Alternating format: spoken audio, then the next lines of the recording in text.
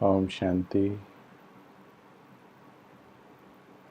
आप सभी का आज के इस सेशन में बहुत बहुत स्वागत है।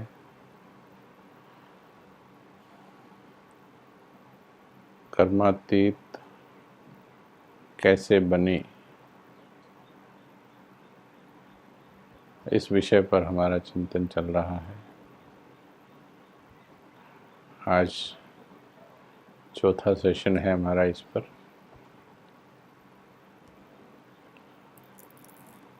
जो कुछ भी चिंतन किया, थोड़ा सा उसको रिवाइज करके आगे की ओर हम बढ़ते चलेंगे।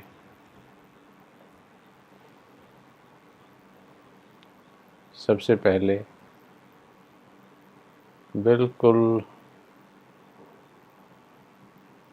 एकांतवासी होकर बैठ जाओ। ये विषय केवल सुनने का नहीं है, ये विषय जिसे सुनने आप बैठे हैं, ये अनुभव करने का विषय है। इसलिए पहले 2-3 मिनट बिल्कुल शांत होकर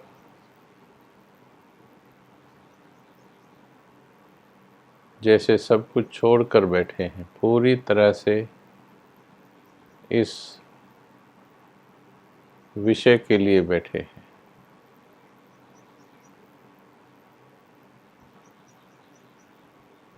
मस्तक में आत्मा बनकर बैठ जाओ।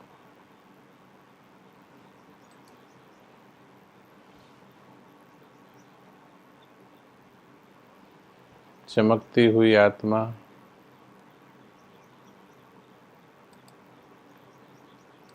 जो अब अपने फाइनल पुरुषार्थ के लिए तैयारी करने के लिए बैठी है।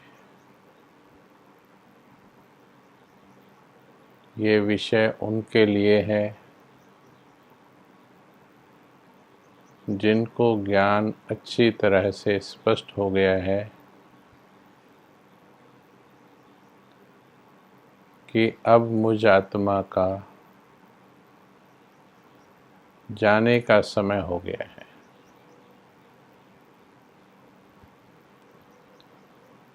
ये विषय उनके लिए है जिन्हें भगवान की बार बार आवाज़ आती है, बस अब घर जाना है।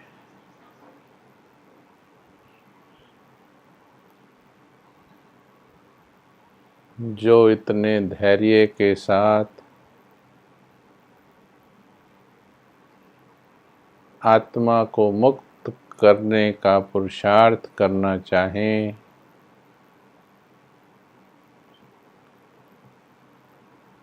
केवल वही इस विषय में कदम बढ़ाएं।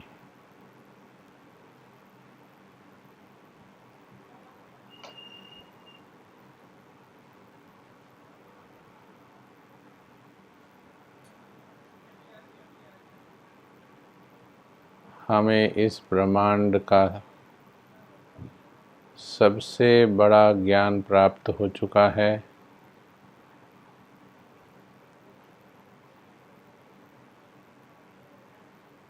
स्वयं भगवान ने आकर हमारा तीसरा नेत्र खोल दिया है।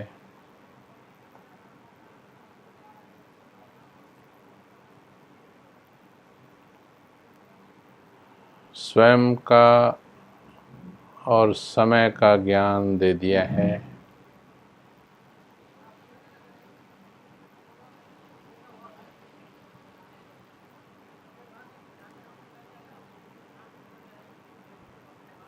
अब संपूर्ण बनने की ओर कदम बढ़ाना है।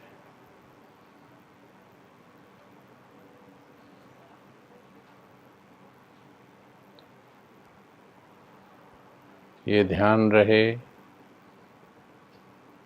हम पहले ही बहुत लेट हो चुके हैं।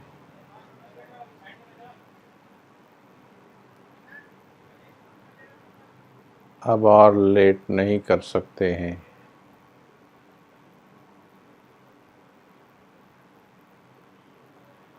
जिनके अंतर मन से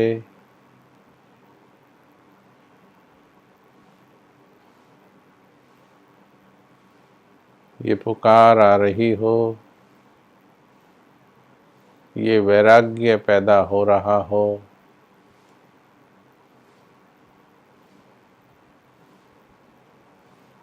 कि बस अब तो घर वापिस चला जाए, अब इस अंतिम देह का त्याग किया जाए,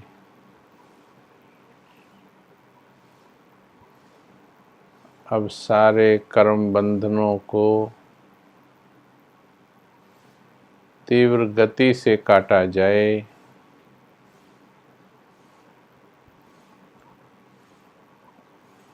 अब आत्मा को मुक्त किया जाए।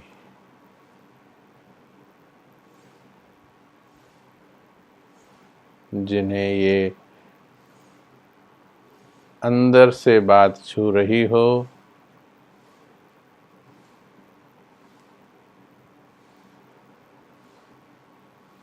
जो अब इस पुरानी दुनिया को छोड़कर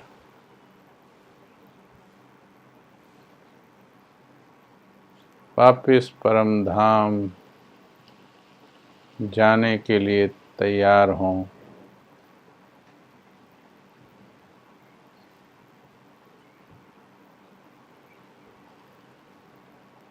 वे चिंतन करें, बिल्कुल स्थिर और एकाग्र होकर चिंतन करें।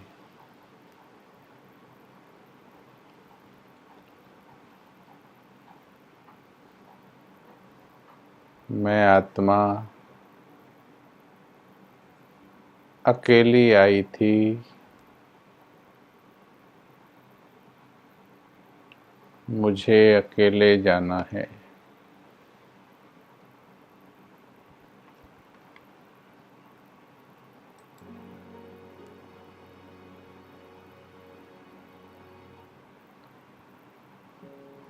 अब तक जो भी बातें सुनी हैं,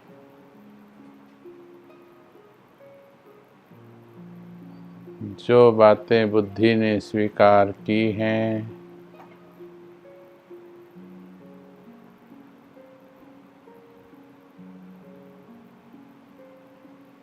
अब उन बातों को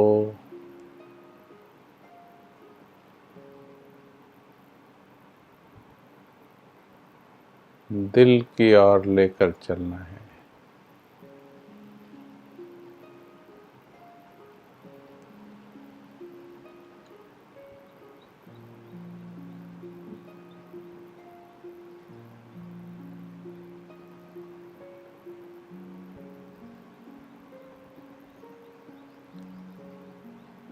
ताकि हमारे दिल को विश्वास हो जाए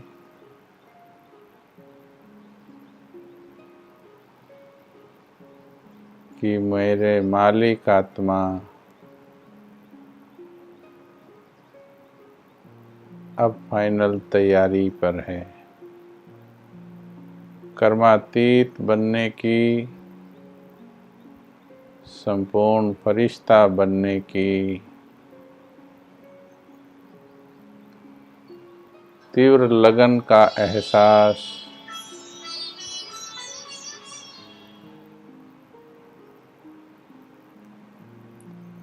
अपने दिल में जागृत करें।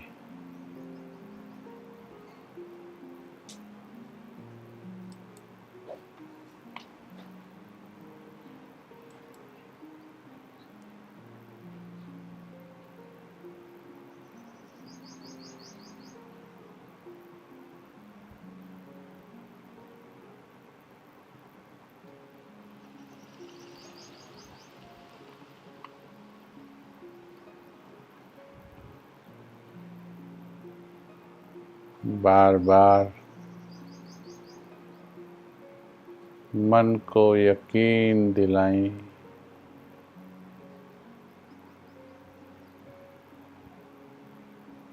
अब घर जाना है।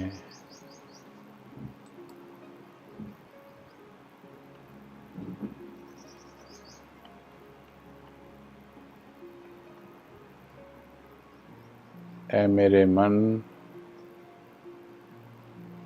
चल अब तैयारी कर लौटने की।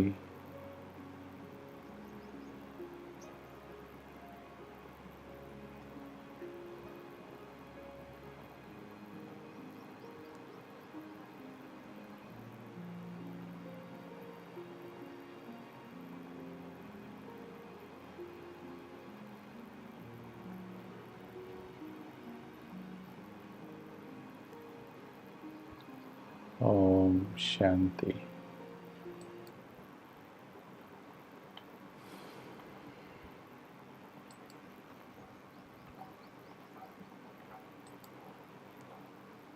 प्रिय भाइयों और बहनों,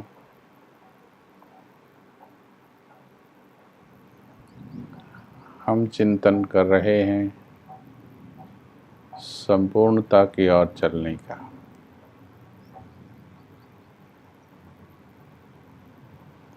ये सिर्फ कोई टॉपिक नहीं है,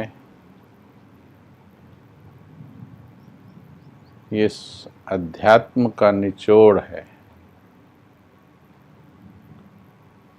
टॉपिक उसे बोला जाता है कि गुस्से से कैसे मुक्त हों,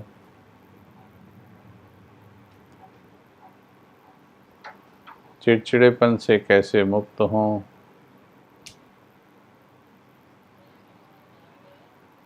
इस पूरे सिलेबस का एक छोटा सा पार्ट होते हैं ये टॉपिक, परंतु संपूर्ण कैसे बने ये है कंप्लीट चिंतन।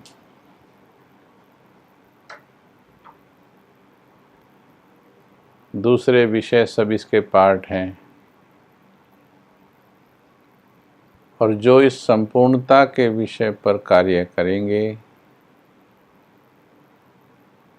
उनके अपने आप वो कार्य सहज रूप से पूरे हो जाएंगे, जिनके साथ वर्षों से हम युद्ध कर रहे हैं।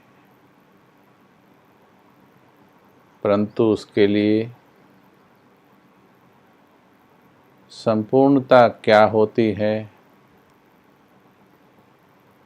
बाबा ने कर्मातीत अवस्था किसे बताया है, उसकी निशानियाँ क्या क्या हैं, इन सब बातों पर हमें, जैसा कल बताया कि ब्रह्मा बाबा की जीवनी भी अध्ययन करनी पड़ेगी, एकांतवासी होकर चिंतन भी करना पड़ेगा, अभ्यास करना होगा। कर्म बंधनों से छूटने की एक लगन लगानी होगी। उस लगन की अग्नि में आत्मा की सारी जंग नष्ट करनी पड़ेगी।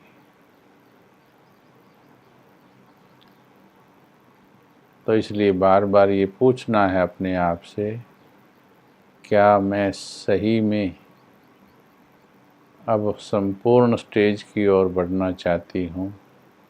अपने आप से बार बार पूछना है, क्योंकि मीठे भाई बहनों, हे आत्माओं, आप जब भी इस संसार में पाठ बजाने निकलेंगे, ये संसार आपको वास्तविकता का पाठ भुला देगा। ये आपको जीने की प्रेरणा देगा,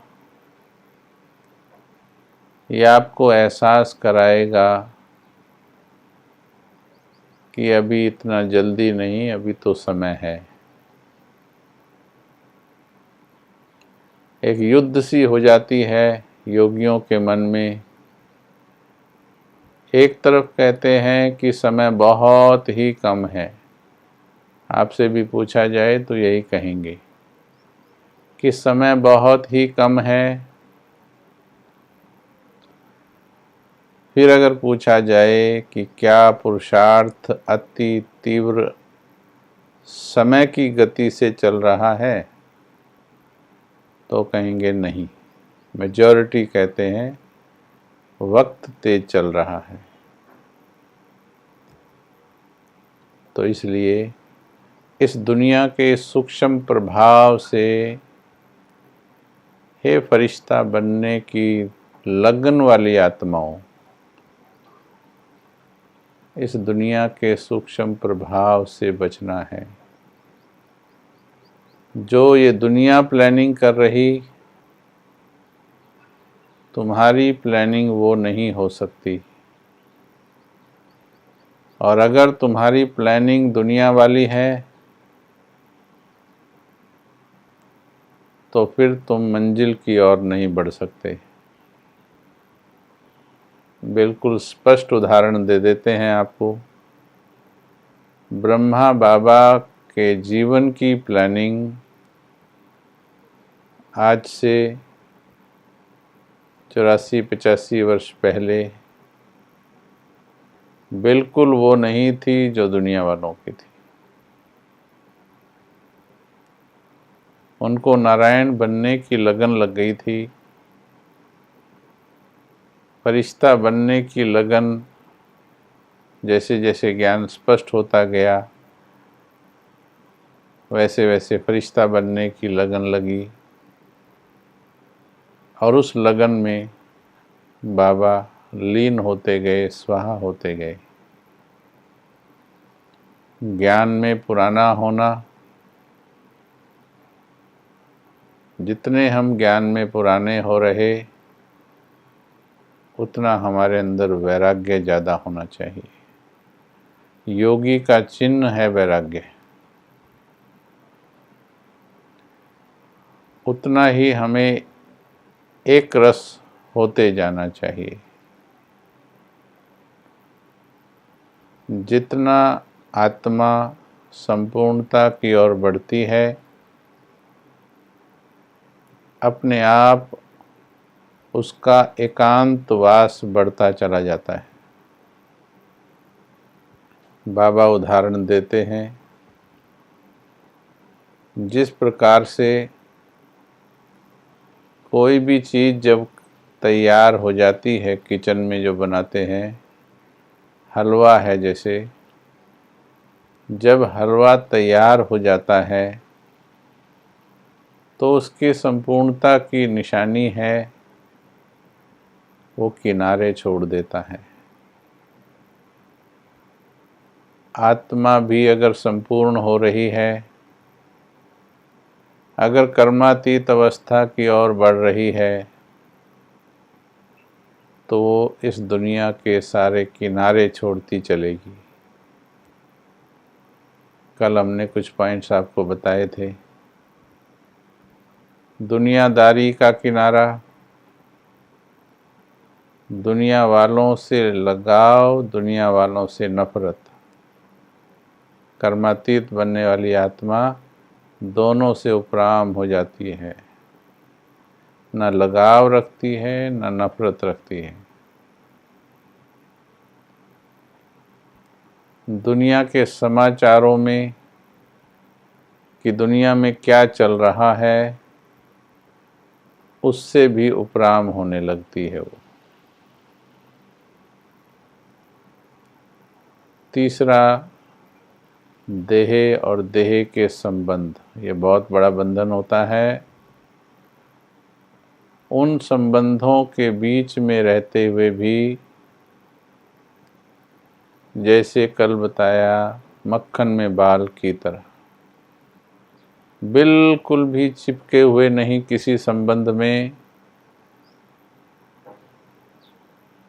कर्मातीत की ओर बढ़ने वाली आत्मा की निशानी है। अब इसको कैसे किया जाए? जिन्होंने ये लक्ष्य रख लिया है कि अब कर्मातीत बनना ही है, बाप समान बनना ही है, जिन्होंने ये दृढ़ निश्चय कर लिया है, दृढ़ निश्चय। देखिए, सुनने में अच्छा लगता है ये, लेकिन अपने दिल से पूछ के देखिए कि क्या अब मैं आत्मा, बस ये सोचो मरने की तैयारी है ये, देह छोड़ना इसकी अंतिम सीढ़ी है। आत्मा देह में इसीलिए बैठी है क्योंकि अभी संपूर्ण पावन नहीं बनी है। जैसे ही वो संपूर्ण पावन बनेगी, इस पुरानी देह में टिक नहीं पाएगी। संपूर्ण बनना अर्थात हड्डी मांस की देह छोड़ना और सूक्ष्म फरिश्ता की देह लेकर आगे की यात्रा करना। सीधे शब्दों में दुनिया के हिसाब से ये मरने की ही तैयारी है। और वो भी बाबा ने बहुत समय पहले कह दिया कि बच्चे आ जाओ। बहुत समय पहले बाबा हमें बुला रहे हैं कि बच्चे आ जाओ। एक बाबा के महावाक्य आपको सुनाना चाहेंगे कि बाबा ने क्या कहा है, बाबा हमसे क्या चाहते हैं। थोड़ा वो महावाक्य बाबा के हम सुनेंगे।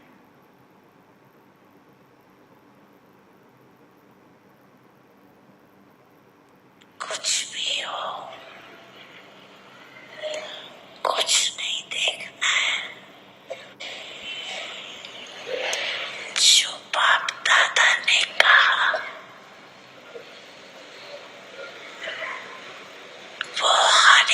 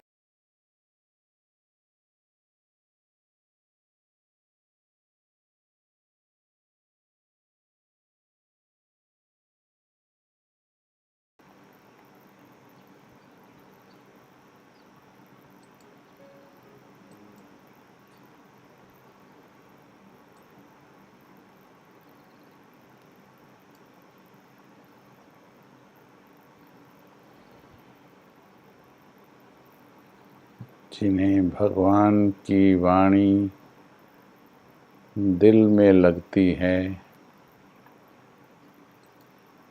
वो उसके महावाक्यों को जरा भी हल्केपन में नहीं लेते हैं, क्योंकि जो संगम पर चलाते हैं, बाबा ने कहा, वो अंतिम घड़ियों में चिल्लाते हैं। मीठे बाबा कितने प्यार से 84 वर्षों से कितने धैर्य से, जरा देखो सुनकर, कितने प्यार से, कितने धैर्य से 84 वर्षों से हमें पढ़ा रहे हैं। अब तो कम से कम उसकी बातों को दिल के अंदर लेकर के जाना है, क्योंकि दिल के अंदर से ही जब संकल्प उठेगा तभी संपूर्ण परिवर्तन होगा। और जिन संस्कारों के साथ आप वर्षों से युद्ध कर रहे हो, वो संस्कार भगवान आपके एक दिन में भी ठीक करवा सकते हैं। केवल ये विधि हमको जाननी है। देखिए, बड़ी सरल सी बात है। जिसने ठान लिया कि अब घर जाना है,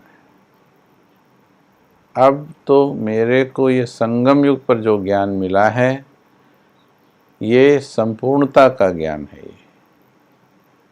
अब वापस घर जाना है। मैं आत्मा जो 63 जन्मों से फंस गई थी विकारों में, अब मुझे अपने सारे विकर्मों को भी धोना है। मेन काम संगम का यही है, सारे विकर्मों को भी धोना है और पुण्य का खाता भी जमा करना है। जिनको ये क्लियर हो गया और अच्छी तरह से क्लियर हो गया, देखिए उनका क्रोध कैसे छूट जाएगा, क्योंकि उनको ये स्पष्ट हो जाता है कि अगर मैं आत्मा एक संकल्प भी किसी दूसरी आत्मा के प्रति नेगेटिव उठाती हूँ, तो उसका भी हिसाब किताब बनता है। एक संकल्प भी अगर किसी के लिए नेगेटिव उठाती हूँ, उसका भी हिसाब बनता है। या संकल्पों में भी कोई आत्मा मुझे खींचती है, उसका भी हिसाब बनता है। उसे ये क्लियर हो जाता है, जिसका ज्ञान संपूर्ण क्लियर हो गया है, उसे ये क्लियर हो जाता है कि एक एक संकल्प करके ही द्वापर के बाद आत्मा बंधी थी, और अब उन सभी बंधनों को काटना है और नए बंधन नहीं बनाने हैं। क्रोध करने से, चाहे परिस्थिति कुछ भी हो, चाहे वो परिवार की है, चाहे वो बिजनेस की है, चाहे वो कारणे अकारणे कुछ भी है, क्रोध करने से सोल टू सोल हिसाब किताब क्लियर होता है या बढ़ता है? उत्तर देंगे। क्रोध करने से सोल टू सोल हिसाब किताब बढ़ता है या क्लियर होता है?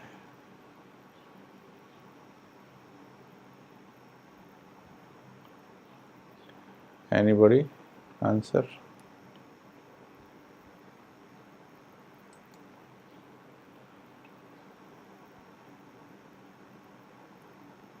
देखिए, जब ये आराम से चिंतन किया जाता है ना, तो आंसर बिल्कुल क्लियर आता है कि हिसाब किताब बढ़ता है। थोड़ा भी किसी पर आक्रोश किया तो भी हिसाब किताब बढ़ता है, जोश किया हिसाब किताब बढ़ता है। लेकिन जिसने ये दृढ़ संकल्प ले लिया है कि मुझे अब हिसाब किताब बढ़ाने नहीं हैं, मुझे तो अब हिसाब किताब चुकाने हैं। उस आत्मा को सहज हो जाता है किसी को क्षमा करना, क्योंकि जिस बात से मुझे सज़ा होने वाली है, देखो दुनिया में भी हम जीते हैं, जिन जिन बातों से हमें सज़ा होने वाली है, हम सेंसिबली उन बातों से कितना अवॉइड कर लेते हैं। जो सेंसिबल होते हैं, समझदार होते हैं, वो कभी रेड लाइट को क्रॉस नहीं करेंगे, क्योंकि पता है कि फाइन होगा। वो और कोई दूसरे जो भी कानून बने हैं उनको तोड़ेंगे नहीं, क्योंकि पता है कि सज़ा होगी। तो जब हमें ये पता लग गया कर्म फिलॉसफी के हिसाब से कि सज़ा होती है, अगर एक एक संकल्प भी किसी के लिए चलाते हैं तो वो सज़ा बन जाता है, पहले मन बुद्धि को भटकाता है और आत्मा के फरिश्ता स्थिति को दूर कर देता है। तो वो आत्मा दृढ़ संकल्प कर लेती है कि कुछ भी हो जाए, क्रोध रास्ता नहीं है। दूसरा फैक्टर, कैसे उसका क्रोध या और चीज़ें छूट जाती हैं, ईर्ष्या, द्वेष, चुगली, व्यर्थ छूट जाता है उसका। कैसे? क्योंकि उसे भगवान से प्यार हो गया है, और जिसे भगवान से प्यार हो गया, जिसने अपने दिल में बाबा को बैठा लिया, आप सोच कर देखो, जिसके दिल में बाबा है, क्या उसके दिल में कोई भी विकार, चाहे वो क्रोध है, चाहे वो काम है, बसेगा? वही विकार उसके मन में नहीं रह सकता, क्योंकि उसने इतना प्यार से बाबा को अपने दिल में बिठा लिया है। बार बार बाबा के पास बैठकर, बाबा से बातें करके, अमृत वेला उसके साथ रूह रिहान करके उसने भगवान के साथ इतना सुंदर संबंध बना लिया है कि वो जब प्यार से बाबा बोलती है आत्मा, मन के अंदर क्रोध, ईर्ष्या, द्वेष भाव रह ही नहीं सकते। और इससे क्या होता है, उसके आत्माओं से कर्म बंधन नहीं बनते हैं। ये बहुत ज़रूरी बात है कि बाबा के प्यार के द्वारा और संपूर्णता की लगन के द्वारा कैसे हम अपने विकारों से मुक्ति पाते हैं। ऋण चुकाने का टाइम है ये, ऋण बढ़ाने का टाइम नहीं है। लेकिन इसके लिए सबसे ज़रूरी एकांतवासी बनना है। हमें बाबा के पास एकांत में बैठने का समय ज़्यादा से ज़्यादा निकालना है। और है भी नेचुरल, जब हमारा सब आत्माओं से हिसाब चुकतू हो रहा है।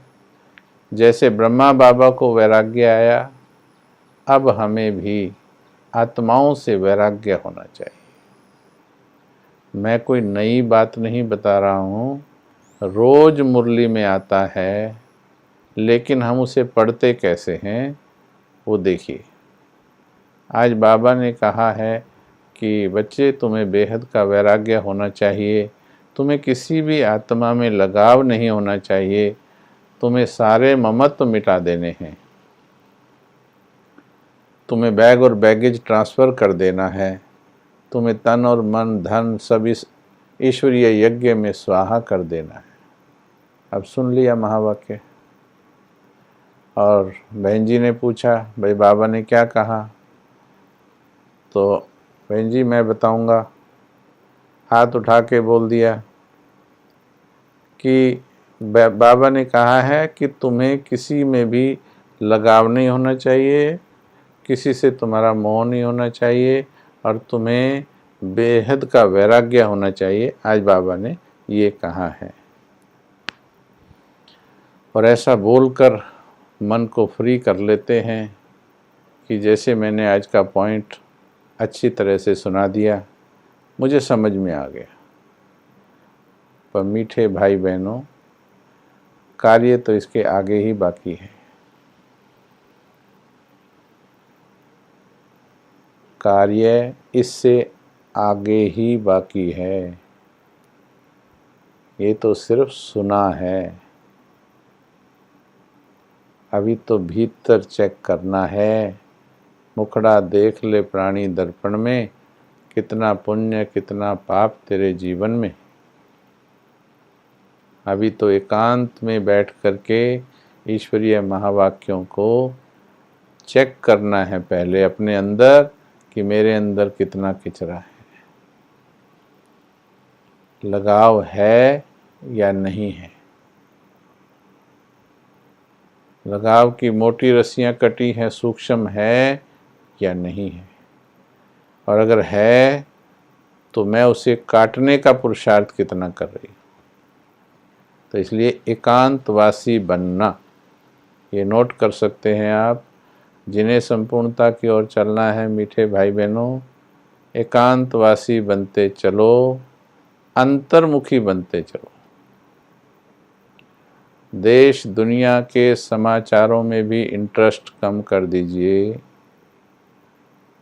कोई आवश्यकता नहीं है ज़्यादा इधर उधर की सुनने की, समय तो वेस्ट होता ही है उसमें। अभी तो हमारे खुद के सिलेबस को पूरा करने के लिए टाइम कम है।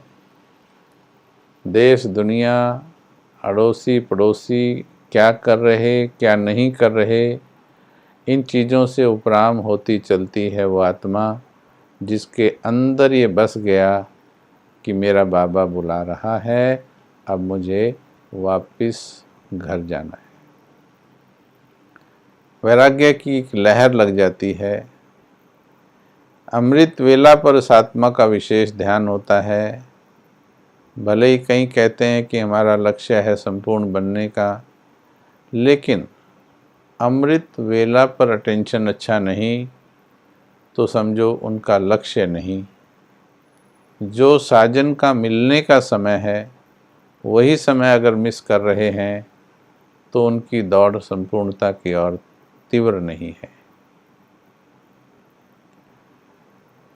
उसके बाद हमें क्या करना है, एकांत में बैठकर अच्छी तरह से देखना है कि मैं आत्मा कहाँ कहाँ चिपकी हुई हूँ, मेरा मन बुद्धि कहाँ कहाँ चिपका है, कहाँ कहाँ अटकती हूँ। चलेंगे, एक बहुत सुंदर सा अभ्यास करेंगे। अकेली आई, इसके लिए अभ्यास करना है। अकेली आई थी, अकेले जाना है। बिल्कुल अकेलेपन की महसूसता तक पहुंचना है इस अभ्यास में। जैसी परमधाम से आई थी बिल्कुल वैसी अकेली वापस जाऊंगी। ध्यान देना भाई बहनों, हे आत्माओं, जैसे आए थे अकेले बिल्कुल वैसे ही और उतनी ही पवित्रता की अवस्था में जाना है। तो सोचो कितना एकांत चाहिए। बाबा की जीवनी पढ़ लीजिए उठाकर, एकांतवासी बनना। रोज की मुरली पढ़ लीजिए, कम से कम 8 घंटा योग में रहने का पुरुषार्थ जरूर करना है। चलेंगे, अभ्यास करेंगे और सभी से अपने आप को डिटैच। ये जो जाले फंसे पड़े हैं, किसी के पतले किसी के मोटे हैं, किसी आत्मा के साथ मोटी रस्सियाँ किसी के साथ पतली रस्सियाँ हैं, इनको थोड़ी देर काटेंगे, अनुभूति करेंगे उपराम आत्मा की। लगना चाहिए हमको कि हाँ जाने की तैयारी हो रही है। चलेंगे,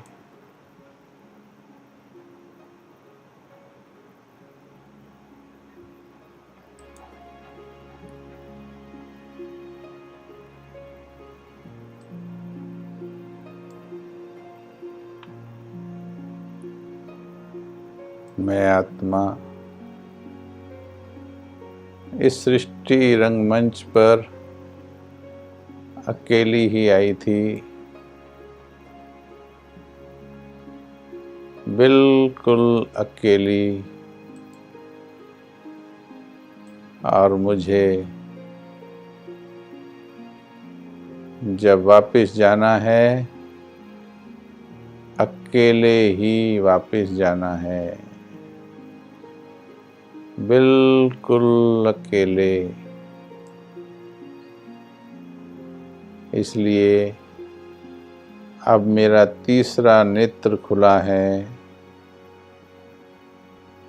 मैं संपूर्ण रूप से जाग गई हूँ।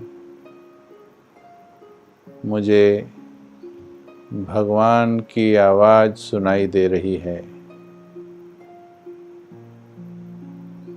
वो मुझे बुला रहा है। अब मेरा वापस जाने का वक्त आ गया है।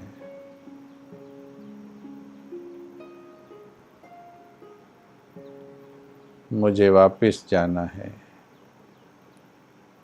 मुझे वापस जाना है।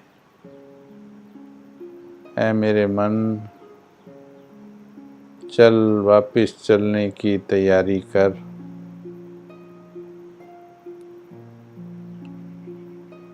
अब इस दुनिया से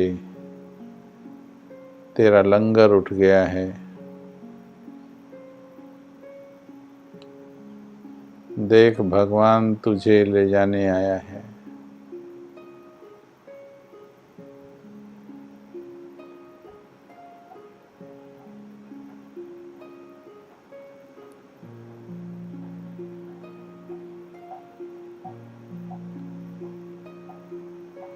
पुरानी दुनिया से मैं अपने हिसाब पूरे निपटा रही हूँ। मैंने सभी को क्षमा कर दिया है। अब मुझे केवल एक बाप को ही याद करना है। आज की वाणी में बाबा ने कहा, याद करेंगे तो दूर रहते भी जैसे पास हो। भले ही मैं आत्मा इस नाटक में फंसी हूँ, अगर दिल से मैं बाबा को याद करती हूँ तो बाबा बिल्कुल मेरे आसपास महसूस होता है। अब मुझे केवल एक बाबा को प्यार करना है। मुझ आत्मा को केवल बाबा ही मुक्त कर सकते हैं। हमारे प्यारे ब्रह्मा बाबा ने 51 वर्ष पहले संपूर्णता की अवस्था पाली और वो निरंतर हमें अव्यक्त वतन में बुला रहे हैं।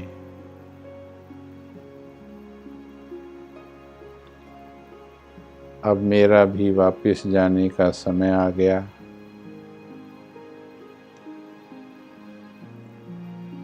आज से मैं हर आत्मा से अपने मन के सूक्ष्म तार काटती हूँ।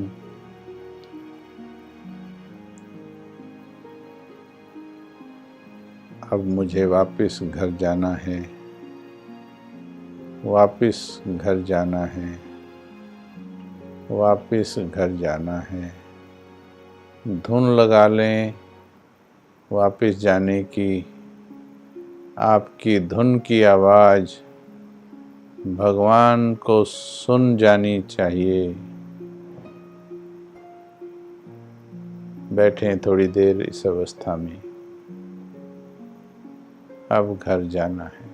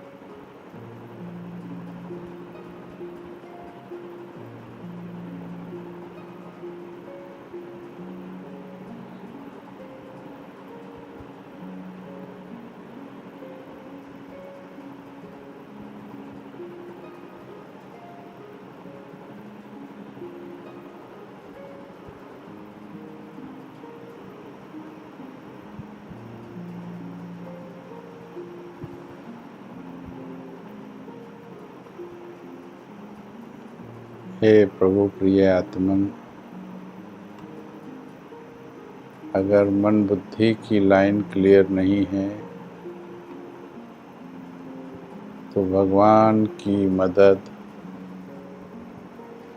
कैच नहीं कर पाएगी मन बुद्धि।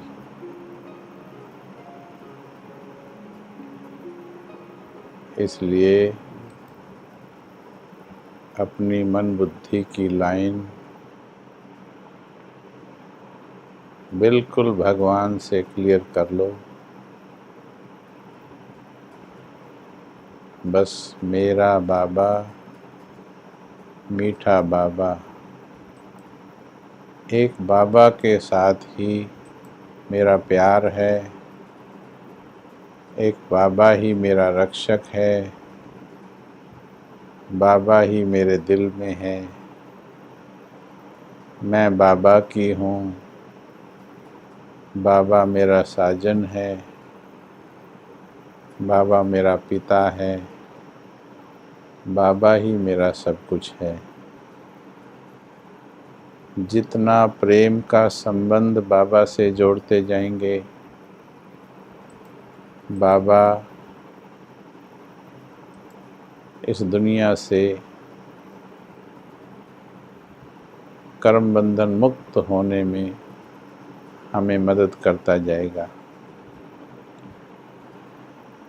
प्यारे भाई बहनों, बाबा कहते अब तुम्हारी वानप्रस्थ अवस्था है, अब बचपन के खेल छोड़ो। वानप्रस्थ अवस्था में बचपन के खेल नहीं, हलचल नहीं, चिंताएं नहीं। इसलिए अब हम बाबा के सूक्ष्म इशारों को समझते हुए और तीव्रता से हम बढ़ें आगे फरिश्ता बनने की ओर। आगे हम फरिश्ता की अवस्थाओं को चिंतन करेंगे कि फरिश्ता क्या है और किस तरह से और पुरुषार्थ हम उसमें करते चलें।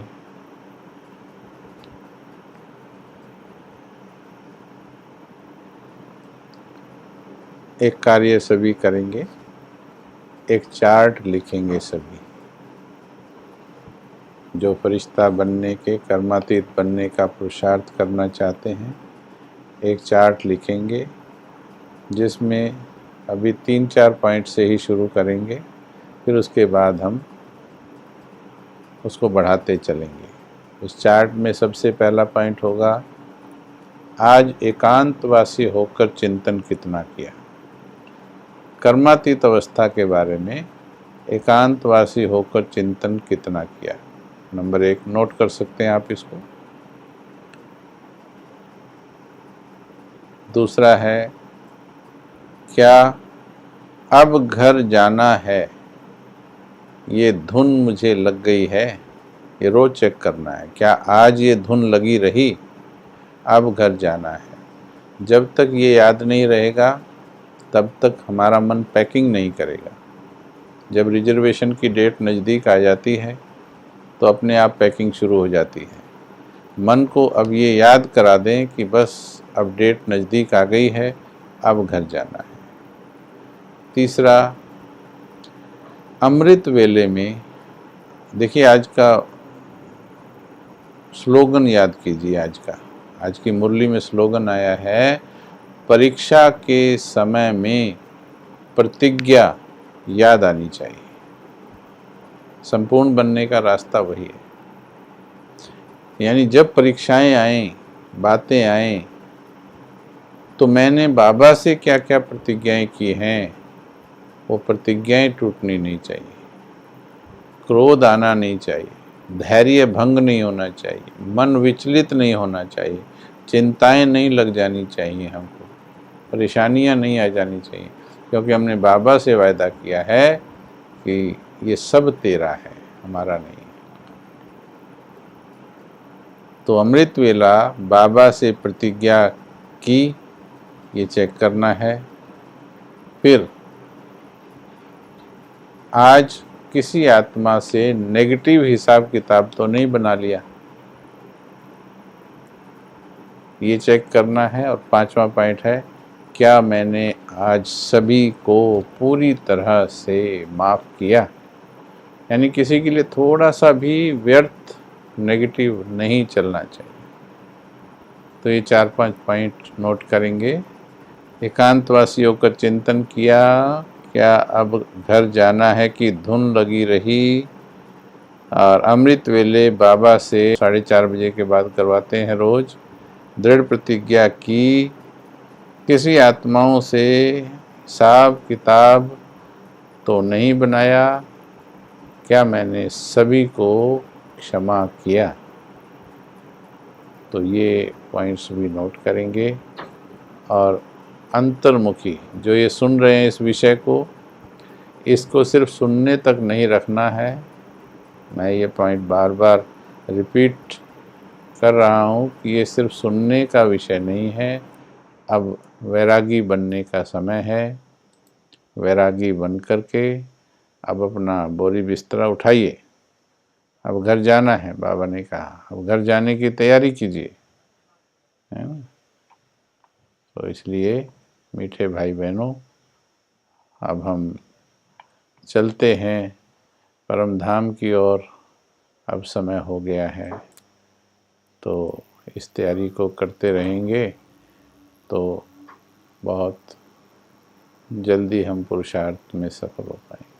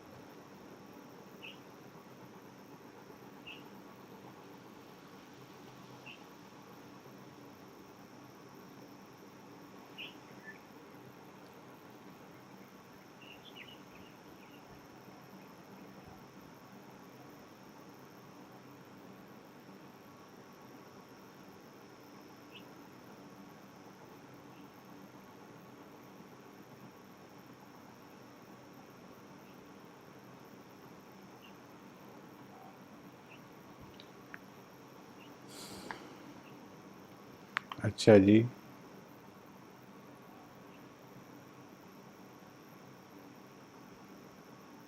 सभी को बात अच्छी तरह समझ में आई।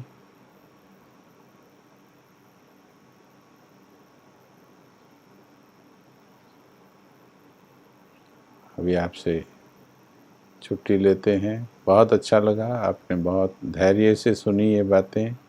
बहुत कम लोग सुनते हैं, गहरी बातों को बहुत कम लोग सुनते हैं। आप सभी ने ध्यान से सुना, तो हमें भी अच्छा लग रहा है कि जो रियल में तीव्र पुरुषार्थ करने वाली आत्माएं हैं, इसमें बड़े धैर्य से बैठ के सुनना बहुत ज़रूरी है। क्योंकि अधीरता संपूर्णता के मार्ग का गुण है ही नहीं है। जो धैर्य से नहीं सुनना चाहता है, वो समझिए फरिश्ता बनना ही नहीं चाहता है। अपने अंदर के भी हिसाब किताब बड़े धैर्य से ही क्लीन होंगे। तो इसलिए बड़े धैर्य से ही सुनना है। और आओ अभी फरिश्ता की ओर उड़ चले। इन्हीं शब्दों के साथ आज का सेशन हम पूरा करते हैं। कल फिर मिलेंगे, या तो इसी विषय के साथ या कोई और विषय लेकर के आपके बीच में आएंगे। लेकिन आप चार्ट अवश्य लिखिएगा। ओम शांति, ओम शांति। आपका दिन नाम योग में भी आ जाइएगा, फिर कल सवेरे अमृत वेला में भी पहुंच जाइएगा। सभी इसी प्रकार से जितना एक दूसरे को सहयोग दे करके हम आगे बढ़ सके, उतना हम बढ़ चलें। ओम शांति। Thank you.